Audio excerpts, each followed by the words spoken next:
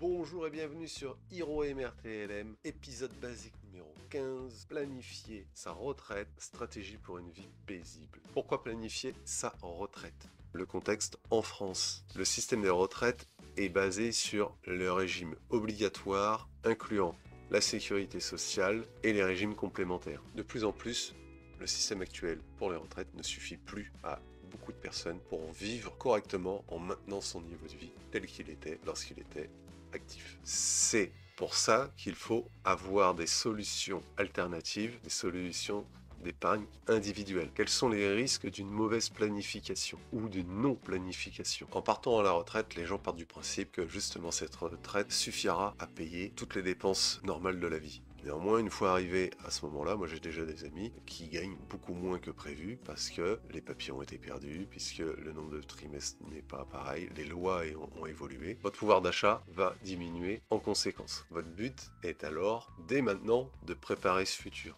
Quelles sont les options d'épargne de retraite en France? Vous avez le plan épargne retraite, le PER, l'assurance vie, le plan épargne action, le PEA, et l'épargne salariale, le PEE. Le plan épargne retraite, plan d'épargne à long terme, destiné justement à préparer sa retraite. Il permet de constituer un capital pour la retraite avec des avantages fiscaux. Il est ouvert de 3 façons différentes. À titre individuel, pour tout le monde, à titre collectif, proposé par les entreprises, et à titre catégoriel, pour certaines catégories de salariés dans leur entreprise. Les versements, ils peuvent être libre ou programmé, on peut se dire tous les 2 mois, tous les 6 mois, je mets tel montant. Cette épargne est investie dans des fonds sécurisés, en général des fonds euros, ou dans des unités de compte, actions, obligations. Quand c'est dans des unités de compte, le risque est plus élevé et donc le rendement est un peu plus élevé. Pour le sortir tel que c'est dans le no, c'est à la retraite. Et vous choisissez de le récupérer soit sous forme de capital, donc le montant d'un seul coup, soit de rente viagère qui sera fixe et à vie. Les avantages fiscaux du PER. La somme que vous versez sur le PER est déduite des impôts. Avantage pour le PER, vu que ce montant est déductible des impôts, vous pouvez planifier. Vous savez, si on part du principe que ce qui est valable maintenant sera toujours valable à votre moment d'arrivée à la retraite, vous réduisez vos montants d'imposition au moment où vous le faites et vous serez imposable sur le montant que vous sortirez à votre retraite en fonction si vous avez choisi un capital ou une rente. Pour le capital, vous savez combien vous allez gérer, combien vous allez sortir et combien vous avez d'intérêt. Ce qui fait que sur le long terme, vous payez moins d'impôts à effet immédiat tous les ans et vous pouvez calculer combien vous allez payer à la sortie. C'est aussi un des intérêts du PER. En cas de rente viagère, cela dépendra de votre âge. Il y a des décotes en fonction de l'âge de la personne, donc ce sera partiellement imposable. Vous pouvez sortir, dans certains cas spéciaux, l'épargne du PER, c'est-à-dire principalement achat de la résidence principale, décès du conjoint, invalidité, surendettement. Le deuxième type d'épargne, l'assurance vie. Très aimé par les Français, vous versez une somme fixe une fois ou de façon régulière, et vous avez 2 choix, soit les fonds euros, soit les unités de compte. Donc les unités de compte, on a vu, c'est tout ce qui était actions, obligations. Pour les fonds euros, pendant très longtemps, ce n'était plus rentable du fait des taux qui étaient très bas. Les taux sont remontés, ça sera à voir. Personnellement, j'ai tout mis en unité de compte. C'est un peu plus risqué entre guillemets, mais je préfère. Il n'y a pas de capital de garantie sur les unités de compte. Sur les fonds euros, oui, par contre le rendement est largement inférieur. Pour les assurances vie, faites vraiment très attention aux frais. Ces petits frais-là de 1 ou 2% vous grèvent littéralement tous vos bénéfices. Pour l'assurance vie, il y a 2 phases. La phase d'épargne, vous versez régulièrement ou une seule fois, et après vous gagnez des intérêts qui sont investis et qui permettent une recapitalisation. La deuxième phase, phase de rachat ou de sortie, vous pouvez récupérer votre argent de façon partielle ou totale. La fiscalité dépend de la durée du contrat. Après 8 ans, ils sont plus favorables. Votre argent n'est donc pas bloqué, mais fiscalement, si vous voulez les bénéfices, il faut attendre plus 5 à 8 ans.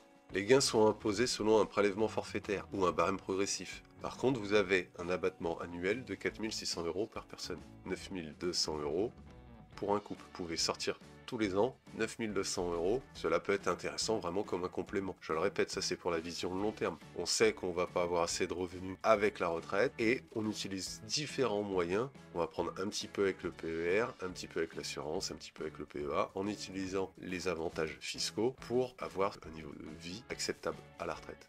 Autre avantage, on parle d'assurance vie, transmission du capital. Que va-t-il se passer après notre décès? Lorsque vous souscrivez votre assurance vie, vous effectuez un contrat et vous donnez le nom des personnes qui seront bénéficiaires de ce contrat et le pourcentage. Si vous commencez à avoir des grosses sommes, cet argent ne sera pas perdu car vous pouvez en plus exonérer jusqu'à un peu plus de 150 000 euros par bénéficiaire. Donc ça peut vraiment les aider, contrairement à une succession normale où le montant sera imposable. C'est aussi partie des gains. Le PEA, plan épargne action, épisode 7 des épisodes basiques, un petit récapitulatif de ce que c'était. Cela permet d'investir sur la bourse européenne avec des avantages fiscaux. Vous devez détenir ce PEA ou ce PEA-PME pendant 5 ans. Sinon, si vous sortez votre argent de ce compte, il est détruit. C'est le petit malus, vous devez attendre 5 ans. Par contre, vous n'avez pas la flat tax à 30%, vous n'avez que 17,2 les prélèvements sociaux. Moyen très intéressant pour du long terme de faire fructifier votre argent sur des actions européennes. L'épargne salariale ou plan d'épargne salariale, le PEE. Certaines ne le font pas. Cela permet aux salariés d'épargner dans des valeurs mobilières comme des obligations ou des actions, ou même dans l'entreprise où vous êtes. Le versement s'effectue via une partie de votre salaire ou de vos primes de participation, d'intéressement ou des abondements. Les versements sont volontaires ou fait par l'entreprise. Pour l'épargne salariale, le PEE, les fonds sont bloqués pendant 5 ans. C'est la même durée que pour le PEA, par contre là les fonds sont bloqués dans le PEA, vous pouvez les sortir avant 5 ans, vous perdez juste tous les bénéfices du PEA. Dans le PEE, vous ne pouvez pas, sauf certaines conditions. Mariage, naissance, achat de maison principale, avantage fiscal, les plus-values sont exonérées d'impôts, hors bien entendu contribution sociale, après 5 ans. L'abondement versé par l'entreprise est exonéré d'impôt sur le revenu. Ça peut être également intéressant. Nous venons de voir les différents types d'épargne en France pour la retraite. Par contre, posons-nous la question. Quel montant me faut-il pour vivre avec mon même niveau de vie? Pour ça, il faut planifier vos dépenses mensuelles habituelles. Si vous avez acheté une maison, vous n'aurez plus de crédit. Sinon, il faut penser à la location, au loyer. Les frais de santé, plus on vieillit, plus on a tendance à avoir des frais de santé qui augmentent. Les frais de loisirs, on veut peut-être plus voyager, et ainsi de suite. Statistiquement, il faut prévoir 70% de ce que l'on gagnait lorsqu'on était actif pour maintenir un niveau de vie similaire. Avec ça, vous avez calculé le montant dont vous avez besoin. Maintenant, il faut calculer la somme mise de côté pour pouvoir atteindre ce niveau de vie. Une des façons de calculer les plus courantes est la règle des 4%. Personnellement, je table plus pour la règle des 5%, donc je change un petit peu les chiffres, mais chacun fait comme il veut. La règle des 4% fait que vous prenez le montant total de tous vos investissements. Vous êtes censé récupérer 4% minimum par an de cette valeur totale. Et de ce fait, en prenant ces 4%, vous continuez à vivre avec le niveau que vous avez décidé d'avoir sans toucher à ce capital. Si vous voulez 30 000 euros annuels, vous devez disposer d'un portefeuille de 750 000 euros. Si vous faites 750 000 euros x 4 divisé par 100, vous obtenez 30 000 euros. Je vous montre un petit tableau que j'ai réalisé vite fait avec différents paliers par 500 euros mensuels allant de 500 à 3000. La première colonne, c'est le montant mensuel. La deuxième, le montant annuel que cela représente. Sur le tableau que je vous fournis, j'ai les colonnes en montant net. C'est la somme que vous voulez avoir. Et il faut aussi, de mon point de vue, calculer la somme réelle, c'est-à-dire la somme brute, celle avant imposition. Je pars du principe que l'imposition sera de 30%, je ne pars pas sur toutes les exceptions et ça dépend après de votre patrimoine et de vos exonérations.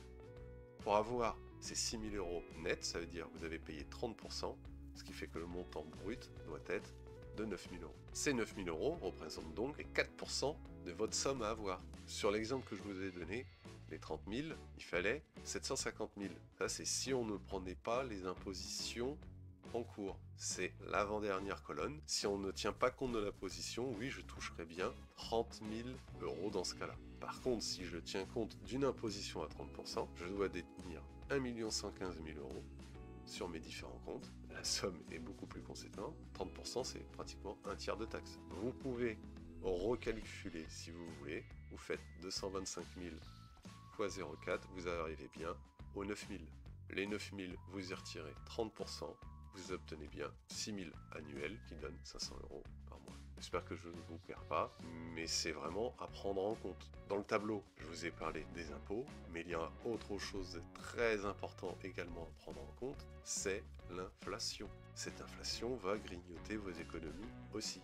Je vous ai mis un petit graphique sur 30 ans. Ça veut dire qu'à partir du moment où vous êtes à l'âge de la retraite, on imagine que vous avez des sources de revenus, que celles-ci vont rester fixes et que vous n'en avez plus d'autres, puisque vous partez vraiment en mode sur la retraite, je ne m'embête plus. Vous avez un revenu fixe, donc 100%, et au bout de 30 ans, on va dire entre 60 et 65 ans, l'âge de départ à la retraite, ça vous fait jusqu'à 90-95 ans. Après le tableau que vous pouvez voir, vous n'avez plus que l'équivalent de 60%, juste avec 2% d'inflation, que 60% de pouvoir d'achat. Votre pouvoir d'achat va diminuer. Avec une inflation à 2%, la première année, quelque chose qui coûte 100 euros, en vaudra 102 la deuxième année, ainsi de suite. Vu que vous avez des revenus fixes, vous allez perdre en pouvoir d'achat petit à petit. Et ça va se cumuler. Il faut aussi prendre en compte ceci. Ces stratégies-là, surtout quand on voit les sommes, ça peut paraître inatteignable. Ce n'est pas vrai. Pour y arriver, payez-vous vous-même. Vous avez peut-être suivi mes autres vidéos, épisode 10, justement, avoir un fonds d'urgence pour pouvoir ensuite investir. Automatisez le tout. Payez-vous en premier. Si vous ne le faites pas, vous attendrez toujours la fin du mois. Vous aurez toujours quelque chose pendant ce mois-là, ne serait-ce que d'un achat compulsif pour dépenser quelque chose auquel vous n'aurez pas besoin. En vous payant en premier, ces dépenses sont faites automatiquement, vous n'y pensez pas, et lorsque vous vous dites « est-ce que je peux faire cet achat compulsif ?» immédiatement, c'est non, puisque cette somme a déjà été mise de côté. Et diversifiez-vous. Là, je vous ai donné 4 exemples différents, vous pouvez faire un petit peu d'assurance vie, un petit peu de PEA, voilà, ainsi de suite. Chacun des avantages différents, et là, c'est bien dans un seul souci, la retraite. Ce ne sont pas des avantages pour maintenant. Si vous prenez une assurance vie pour juste avoir des avantages fiscaux sur 5 ans, est-ce que ça vaut vraiment le coup? Entre les frais ou pas? C'est vraiment dans ce sens-là que j'utilise ces moyens d'épargne. Personnellement, l'assurance vie, j'en ai une, c'est nul. C'est totalement nul au vu des frais pour progresser en termes de capital. Par contre, pour mes proches, en cas de décès, là ça change tout. N'oubliez pas la vision des choses. J'espère que cette vidéo vous aura été très utile pour mieux comprendre les différents comptes d'épargne, les avantages, les défauts, le mode de pensée à acquérir. Je vous remercie d'avoir suivi cette vidéo. Je vous dis à la semaine prochaine. N'hésitez pas à laisser un pouce. Au revoir.